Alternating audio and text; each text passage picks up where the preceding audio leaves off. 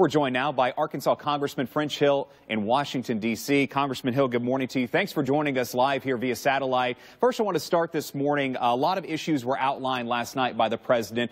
Of all the things he talked about, what were the issues that caught your attention the most, of things that you think we need to pay attention to more of moving forward?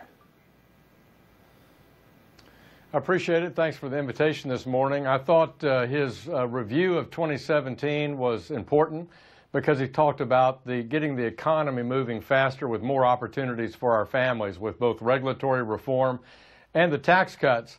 But looking forward to 2018, I thought he touched on some important bipartisan priorities: infrastructure, an equitable deal for our dreamers combined with a solid border security plan, and then tackling new problems that I think all of our families face across the country, like how do we lower the cost of pharmaceuticals that we were required by our doctors, and how do we tackle the opioid crisis across this country that's affected so many families across the nation.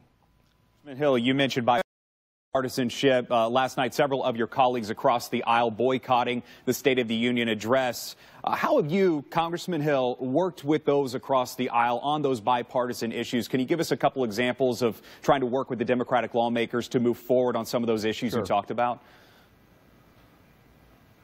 Well, all of our financial services bill to try to get more capital, better bank conditions for our community banks, all those are bipartisan.